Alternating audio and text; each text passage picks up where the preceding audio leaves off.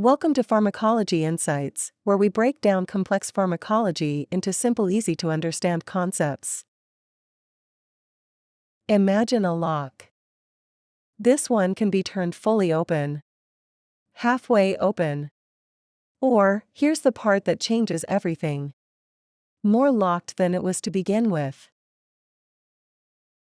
Now imagine a second keyhole hidden on the side of that lock. You can't open it from there. But insert the right tool, and suddenly the main key works better. Or worse. Or not at all. That hidden keyhole is real. It's on your receptors. And the tools that use it are called allosteric modulators. Welcome to Receptor Pharmacology, where drugs don't just switch things on or off. They negotiate with your cells. And some of the most exciting drugs in development work not at the front door, but through the back. Before we get to the back door, let's establish what we're working with. A receptor is a protein, often sitting on the surface of a cell, that receives chemical signals. Your body talks to these receptors constantly, through hormones, neurotransmitters, and dozens of other messengers. Here's the concept that everything else hinges on. Baseline activity. Most receptors aren't fully silent when nothing is bound to them. They have a basal state. A low, background hum of activity, even without any signal. Think of a radio that picks up a faint frequency even when you haven't tuned in. Some receptors barely hum. Others, especially in disease, are surprisingly loud. Why does that matter? Because every drug we discuss today does something specific to that baseline. It turns it up, turns it down, ignores it entirely, or, in the case of allosteric modulators, reshapes it in ways the front door drugs simply cannot. To understand what makes allosteric modulators special, you first need to know what they're not. Every receptor has a primary binding site. The orthosteric site. This is the front door. Most classical drugs work here. Full agonists bind the orthosteric site and drive the receptor to its maximum response, full throttle. Morphine at the mu-opioid receptor is the textbook example. Maximum pain relief, but also maximum side effects. Respiratory depression, dependence. The ceiling and the danger come together. Partial agonists also bind the orthosteric site, but they have an intrinsic ceiling below that maximum. A ceiling set by the drug itself, not the dose. Flood the system with a partial agonist and you'll never match a full agonist's peak. Buprenorphine works this way at the mu-opioid receptor. Enough activation to prevent withdrawal, but not enough to deliver a full euphoric high. That lower ceiling is the therapeutic feature, not a limitation. Inverse agonists go in the opposite direction entirely. They bind the orthosteric site and reduce activity below the natural baseline, actively suppressing the receptor's background hum. Many antihistamines, including cetirizine and loratadine, are inverse agonists at the histamine H1 receptor. They don't merely block histamine. They quiet the receptor's background signaling too. That matters because even without histamine, the H1 receptor can drive pro-inflammatory gene transcription on its own. Suppressing that constitutive activity may be part of why second-generation antihistamines show anti-inflammatory effects beyond simple histamine blockade. Neutral antagonists are the quiet ones. They occupy the orthosteric site, block other ligands from binding, and leave basal activity completely untouched. Naloxone, at therapeutic doses, is the classic example. That's the front door. 4 drugs. All competing for the same binding site. 4 outcomes. Now let's talk about the back door. The word allosteric comes from the Greek, for other site. That's exactly what this is.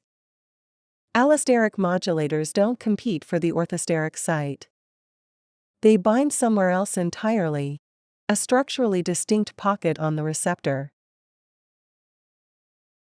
And by doing so, they reshape the receptor. That reshaping changes how the orthosteric site responds to whatever ligand finds it. Crucially, most allosteric modulators don't activate the receptor on their own. They tune it. They are, in the truest sense, volume knobs, not switches. This distinction is the foundation of everything. When an orthosteric ligand binds, a positive allosteric modulator enhances that response. It can do this in two ways. By increasing the affinity of the natural ligand, making it bind more tightly and stay longer. Or by increasing the efficacy of each binding event, so each activation sends a stronger signal. Some positive allosteric modulators do both. The textbook example is one you've heard of, benzodiazepines. Diazepam and lorazepam. These are positive allosteric modulators at the GABA receptor. They don't open chloride channels on their own. Bind diazepam to a neuron with no GABA present, and nothing happens. But when GABA arrives and binds, the benzodiazepine amplifies the response, increasing how often the channel opens. This explains something clinically important. Why benzodiazepines are relatively manageable in isolation, but can be lethal in combination with alcohol, opioids, or other GABA-enhancing drugs. You're not just adding two depressants. You're amplifying the signal they produce. The interaction stack. That same mechanism is also the source of the positive allosteric modulator's most important safety feature. It can only amplify what's already there. No GABA, no effect. The drug is physiologically dependent on the endogenous system it enhances. A negative allosteric modulator does the opposite. It reduces the receptor's responsiveness to its orthosteric ligand, without blocking it outright. Think of it as lowering the volume rather than cutting the power. Negative allosteric modulators targeting metabotropic glutamate receptors are currently being explored. In conditions like Fragile X syndrome and anxiety disorders, where glutamate signaling is pathologically elevated. The goal isn't silence. It's calibration. A negative allosteric modulator can dampen excessive glutamate activity, while preserving the normal signaling that the brain still needs. That nuance, dampening not obliterating, is one of the features that makes allosteric pharmacology so therapeutically promising.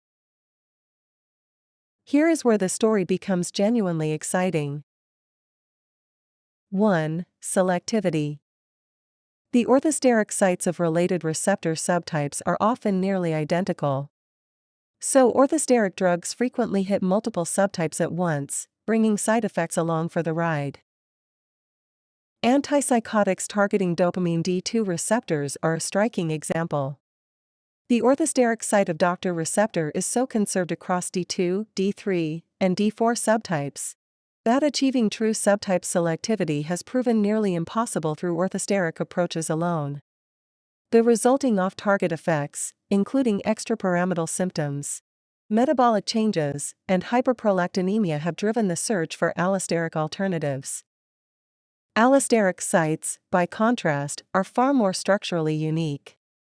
An allosteric drug can home in on one receptor subtype with a precision that orthosteric drugs simply cannot match. This is one reason allosteric targets are becoming a priority in CNS drug development, where subtype specificity is everything. 2. Signal preservation. A positive allosteric modulator cannot activate a receptor where no endogenous ligand is present. It only amplifies the body's own signal. This means the drug operates within the natural rhythm of the system. Active when the body needs it, quiet when it doesn't. As a result, side effect profiles look very different from full agonists.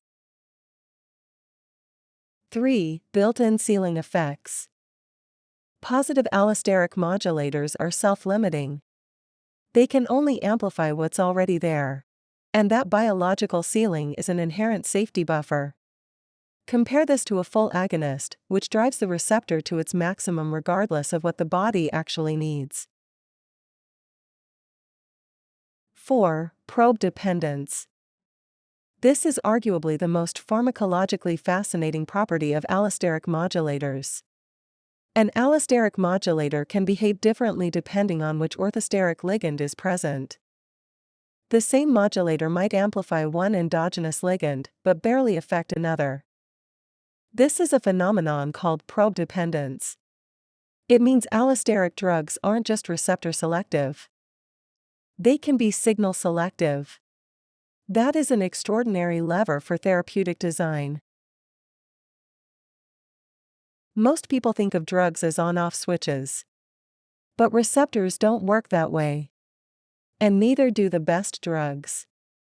They can push, nudge, amplify, or suppress. And allosteric modulators go one step further. They change how receptive the receptor is in the first place. If you've made it here, you now understand something that surprises many clinicians. Where a drug binds determines not just what it does, but how much, when, and to whom. And before you go, sit with these 3 questions. Why might a positive allosteric modulator produce fewer side effects than a full agonist at the same receptor? Why can benzodiazepines be relatively safe alone but dangerous in combination? And if a receptor has no basal activity at all, what happens to the difference between an inverse agonist and a neutral antagonist? Drop your answers in the comments. And that's it for today's pharmacology video. If you enjoyed this video, please give it a thumbs up and subscribe to the channel for more pharmacology content.